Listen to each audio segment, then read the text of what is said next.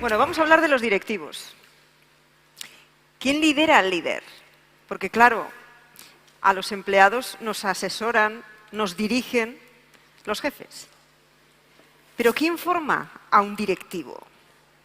Y, sobre todo, ¿por qué principios se guía un directivo o un líder? En su experiencia, en la de nuestro próximo invitado, en Marcos Eguiguren, nos vamos a basar. Él es ejecutivo principal de empresas y bancos y ha realizado diversos cambios en la metodología desde la Escuela de Negocios de la Universidad Pompeu Fabra Barcelona School of Management. Es consultor, cofundador de la consultora SingularNet. Marcos Eguiguren, buenas tardes, cuando quieras. Buenas tardes, ¿qué tal? Adelante. Gracias. Muy buenas tardes a todos. Una muestra de qué es la formación de directivos son estos papeles, ¿no? Estos papeles se podrán imaginar que son el guión que he hecho sobre mi charla en los últimos días y que verán que es curioso, ¿eh? Luego los utilizo poquísimo, tal vez casi nada. ¿Y por qué? Porque un directivo, un buen alto directivo, tiene que ser capaz de improvisar. Y para improvisar, primero tiene que haber planificado a la perfección, porque solo una excelente planificación te permite improvisar bien. Pero de eso se trata ser un directivo, entre otras muchas cosas. Hoy en día hablamos muchísimo de los objetivos de desarrollo sostenible, la sostenibilidad, la ética en los negocios, pero cada vez que hablamos de eso, si ustedes miran los medios de comunicación, la prensa, la televisión, la radio, se fijarán en una cosa que tiene un punto de perversa, y es que casi siempre los medios de comunicación se refieren a los países, a los gobiernos. Los gobiernos se comprometen con la Agenda 2030, los gobiernos hacen o no hacen para cumplir con las emisiones necesarias para el cambio climático, bueno, y bla, bla, bla, bla, bla. Pero, ¿son verdaderamente los gobiernos quienes tienen que hacer todo eso? ¿O son los actores empresariales e individuales? En mi opinión, los gobiernos evidentemente son los países canalizadores de determinado tipo de compromisos, pero son los actores económicos individuales, ciudadanos, consumidores, evidentemente empresas, los que tienen que dar el do de pecho, los que tienen que llevarnos a esa nueva economía, no los gobiernos. Porque cuando lo fiamos todo a manos de los gobiernos, entramos en un mundo desconocido, que por cierto, hace ya unos años que estamos entrando en él.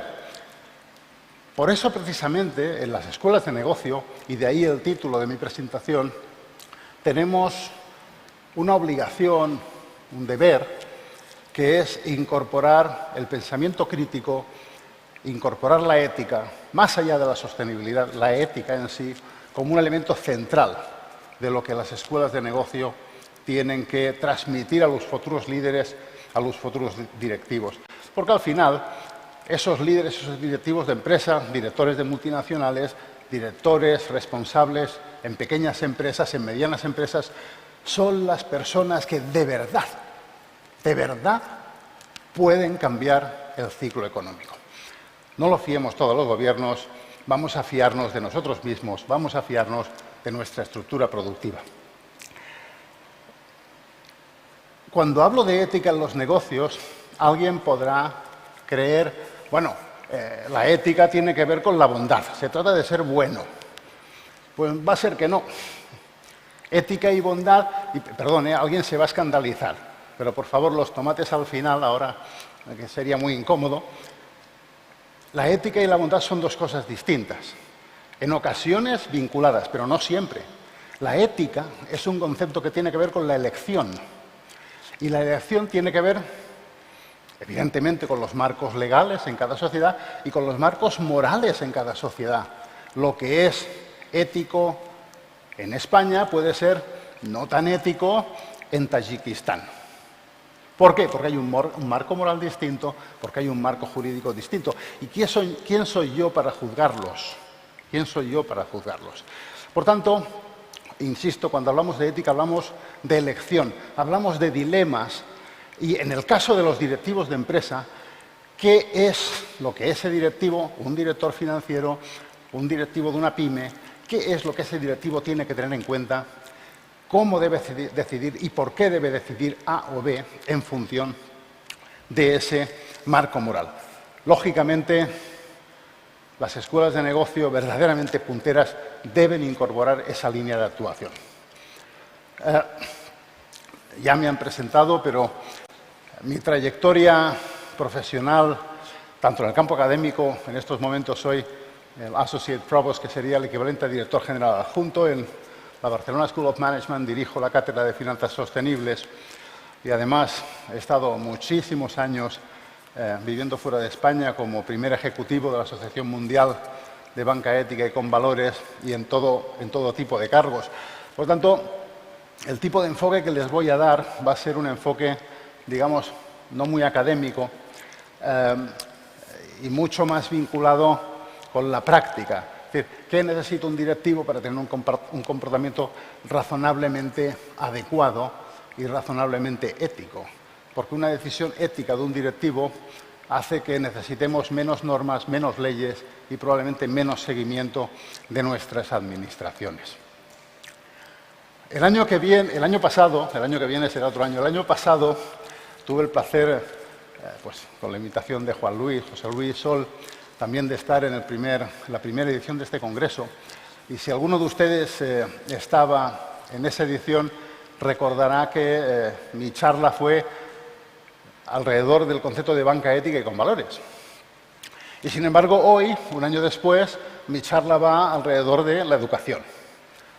Y alguien pensará, ¿y este tipo, cómo rayos viene un año y te habla del papel disruptivo? Y no, pues verdaderamente cambiador, modificador de conductas de la banca, de las finanzas, y un año después se atreve a hablar del papel disruptivo, modificador de la educación. Pues porque me lo creo, porque el año pasado dije, y si alguien quiere molestarse en mirar el vídeo lo escuchará, y lo repito hoy, que si hay dos actividades humanas transformadoras por naturaleza y multiplicadoras, son A, las finanzas, y B, la educación.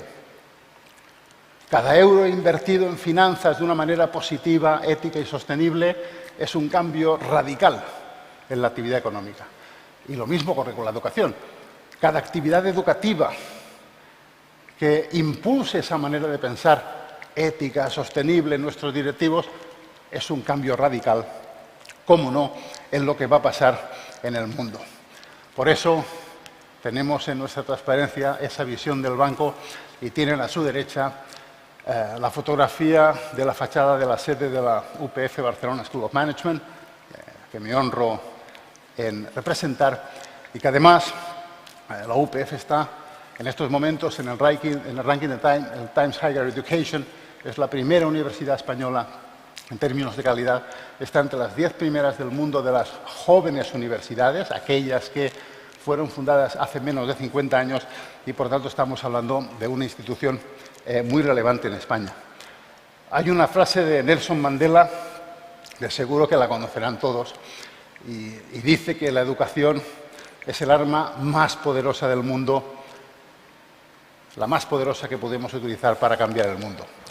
Sin duda es así. En el panel anterior hemos visto cómo algunos de nuestros ponentes se referían también a la educación como un elemento central. Yo, por descontado, me sumo a ello y además entusiásticamente. Pero todo esto es muy bonito. Todo esto de jaja, jeje, jojo, muy bien, esto es lo que dice todo el mundo, pero ¿y esto cómo se hace? ¿Cómo se hace? Y hablamos ahora de directivos.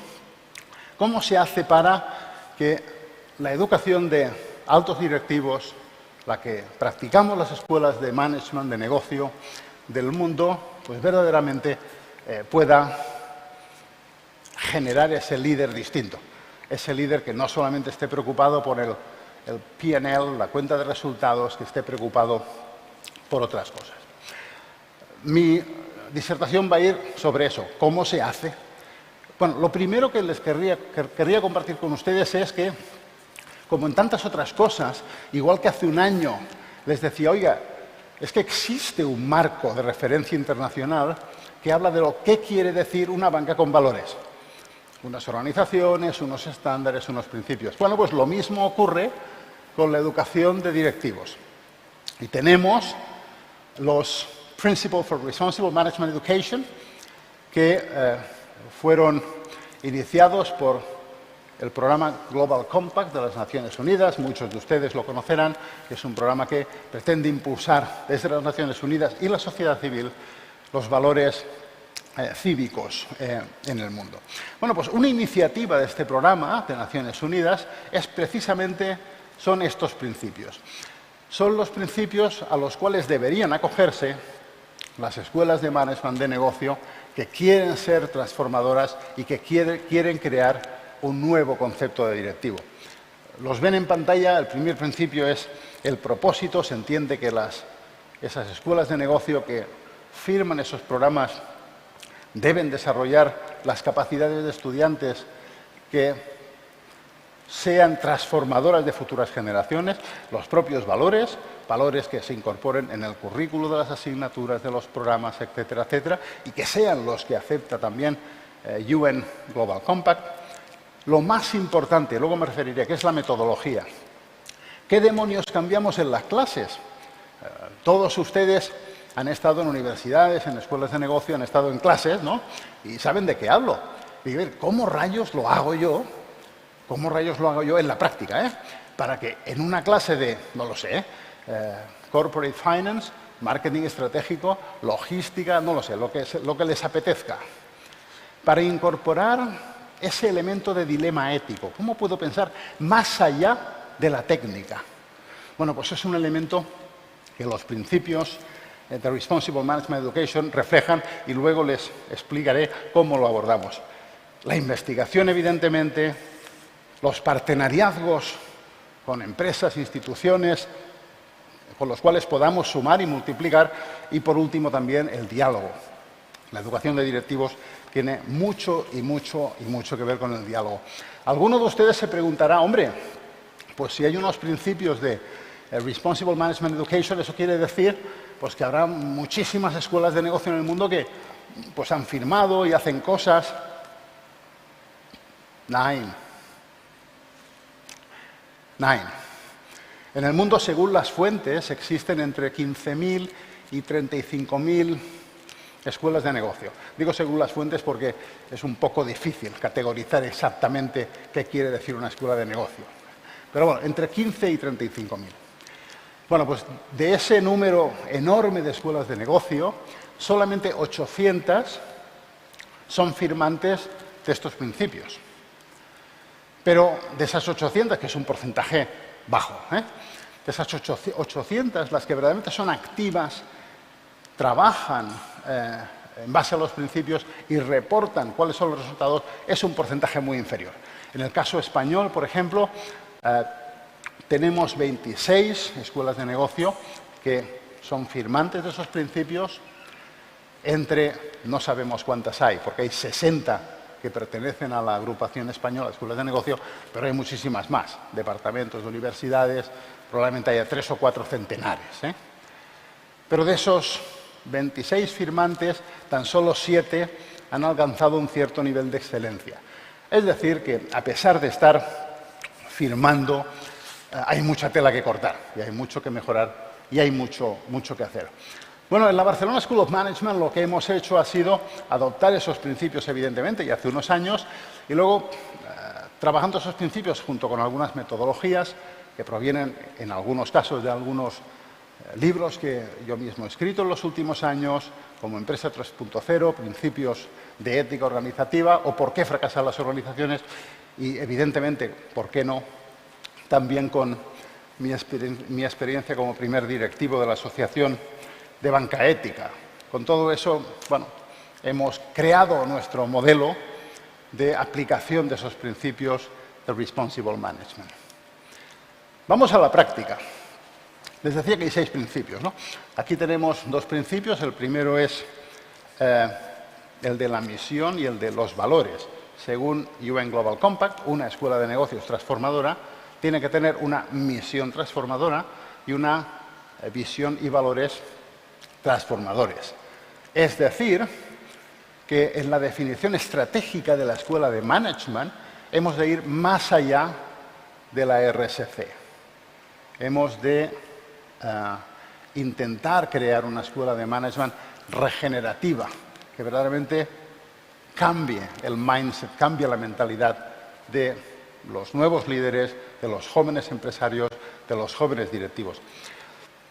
Desde ese punto de vista, por ejemplo, en nuestra escuela de negocios, tanto nuestra misión como nuestra visión, hace ya varios años, está hiperalineada con esos elementos.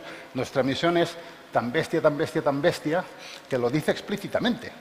Dice, nuestra misión es formar líderes con una visión global, en un contexto basado en la investigación y la evidencia científica, y que sean capaces de gestionar compañías, instituciones y proyectos con prisma innovador, con una voluntad de transformación social y con un firme compromiso con el bienestar planetario, social y la cultura.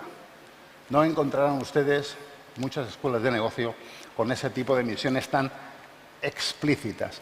Y, por abundar en nuestra visión, entre otros factores, se menciona que somos una escuela de management con un objetivo específico de consecución de impacto social.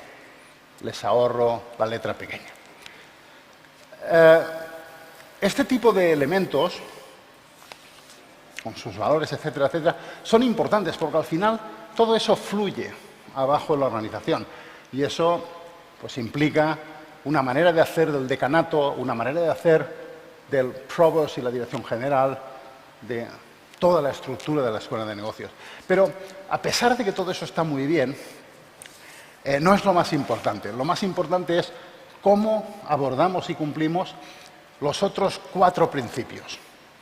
Y les recuerdo, si el primer principio de UN Global Compact era la misión y el segundo los valores, el tercer y cuarto principio era investigación vinculada a la transformación, el cuarto era alianzas y partenariazgos, el quinto era innovación educativa y, por último, diálogo. Y aquí es donde verdaderamente tenemos la enorme diferencia.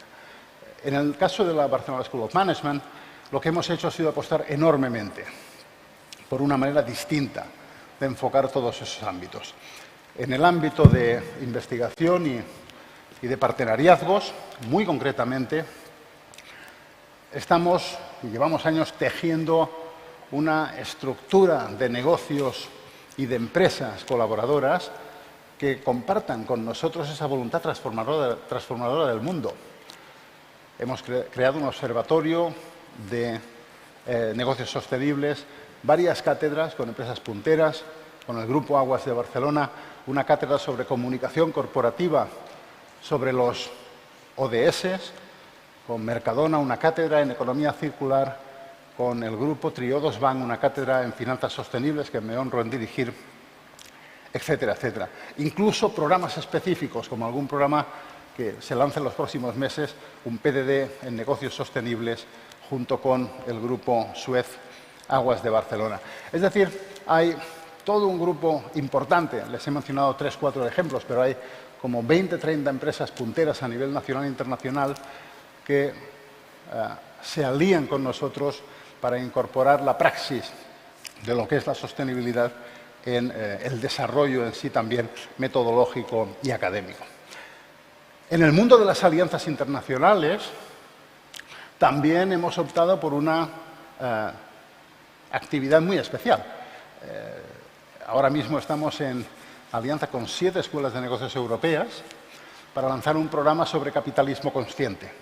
Es decir, queremos reformar el mundo de los MBAs hacia una concepción del MBA en el cual el tipo de capitalismo al cual miramos es un capitalismo transformador.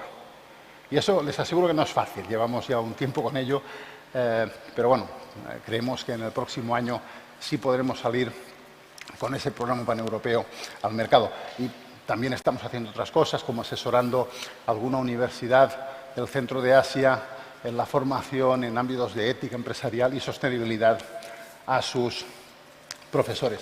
Pero lo más importante de todo, lo más importante es la innovación educativa, y es cómo rayos llego al aula. Hemos trabajado ya hace un tiempo sobre varios formatos.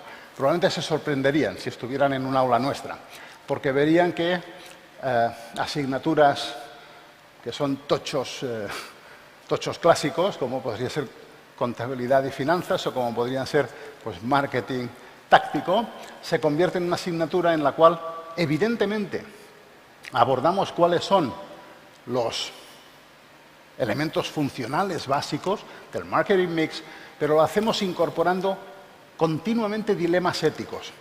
Todas nuestras asignaturas, todavía no en todos los programas, pero ya en muchos de ellos, incorporan debates sobre microdilemas éticos utilizando una metodología de microcasos, análisis de casos reales en los cuales las decisiones funcionales sobre esa materia han incorporado problemáticas debido a un erróneo concepto ético de la decisión y una serie de etcéteras. Conferencias con líderes conocidos en todo el mundo porque han sabido llevar las empresas mucho más allá de ganar dinero y que las han situado en un paradigma ético distinto. Es decir, que en el fondo ese cambio tiene mucho que ver con el micromanagement. ¿Cómo haces micromanagement en la educación? Y o metes en el aula el dilema ético, y lo digo porque habrán visto ustedes, seguro, muchos casos de programas en los cuales, pues, fantástico programa, por cierto, ¿no? Pues hay un máster muy bueno con sus finanzas, su logística, su producción, sus recursos humanos, y luego hay una píldora sobre ética en los negocios. Está bien, menos da una piedra, pero es que no se trata de eso. Porque el dilema ético del directivo está en todas las puñeteras decisiones que tomas en cada momento. O estás acostumbrado a verlo, sea cual sea tu área funcional, o ya te pueden poner píldoras sobre la ética de Aristóteles, que de poca cosa te va a servir. Esa es nuestra manera de verlo.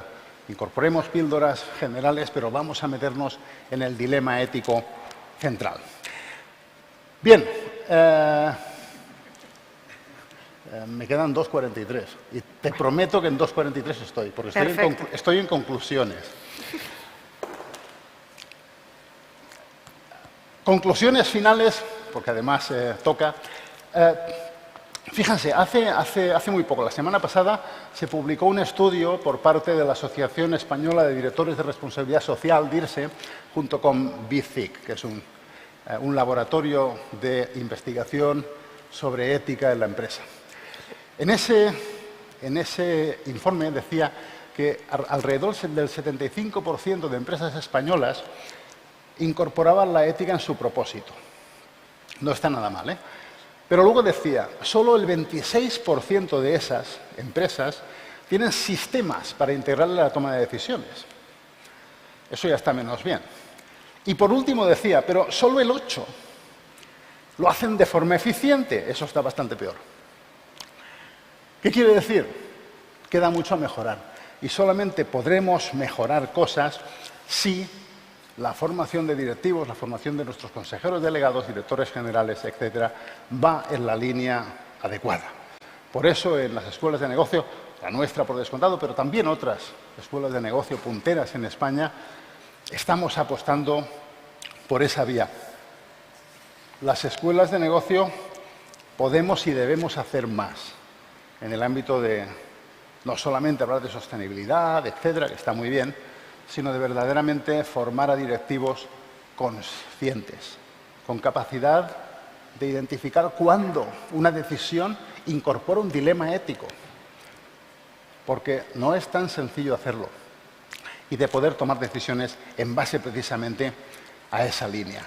Las escuelas de management de calidad debemos ir por ahí. Solamente haciéndolo así evitaremos tener que recurrir a Papá Estado, porque si los ciudadanos no nos hacemos mayores, estamos siempre recurriendo a Papá Estado. Lo veíamos en el panel anterior, donde había preguntas sobre ¿y qué le pediría usted a las administraciones? Mire, yo nada. Yo le pediría a los ciudadanos y a las empresas que tengan un comportamiento ético. Para eso estamos las escuelas de negocio. Y permítame que acabe con una frase que todos habrán oído de Andy McIntyre y que yo creo que viene muy bien al caso. Y que dice lo siguiente: si piensas que la educación es cara, prueba con la ignorancia. Muchas gracias.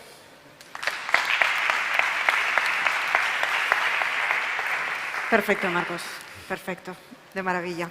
Oye, Marcos, corrígeme, pero escuchándote, ¿la palabra sería transversalidad?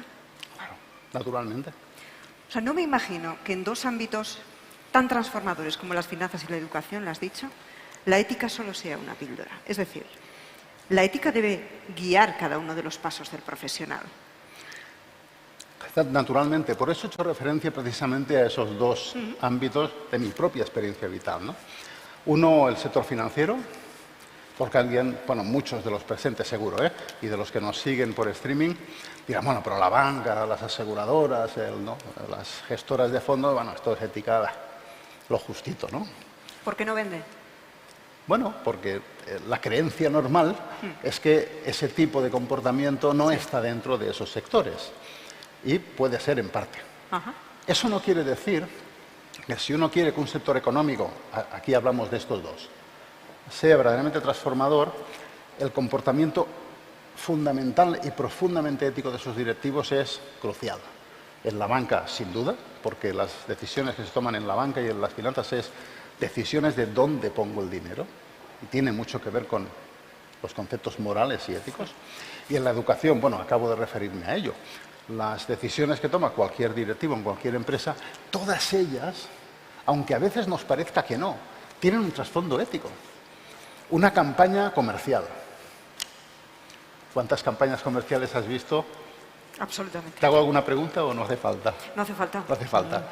Pero esa pregunta se la debe hacer ese directivo que lidere el equipo que está diseñando la campaña. Se la debe hacer. Y cuando diseñan la campaña, tienen que tener en la mesa ese componente. Si no lo tienen, pasa lo que pasa. Lo que pasa, Marcos, es que, bueno, porque nos estamos centrando más en los directivos, ¿no? Pero tú mismo has dicho que, sobre todo, es la sociedad la que debe poner en práctica esos principios éticos. Es decir, ¿debe emanar del directivo ese ejemplo ético para que cale, por ejemplo, en la plantilla? A ver, en una empresa, y todas las empresas sabemos todos que tienen todavía pues, un cierto elemento jerárquico. Bueno, por motivos históricos, tal vez porque ayuda a funcionar. No me voy a meter con ello. Pero es verdad que cuando tú tienes un directivo que emana credibilidad, que emana bonomía, y bonomía entendida desde la ecuanimidad de las decisiones, las cosas son distintas. Naturalmente que sí, un directivo con un comportamiento ético genera cambio en su propia empresa y, por ende, en clientes, en proveedores. Vaya usted a saber, no tengo ninguna duda. Aunque la ética también se trae de casa, lo digo por los empleados. La ética se trae de casa, sí. Pero bueno, tenemos que hacer lo que podamos hacer en las escuelas de negocio. Ese es nuestro rol. Marcos Ekiguren, una delicia poder charlar contigo. Muchísimas gracias. Gracias.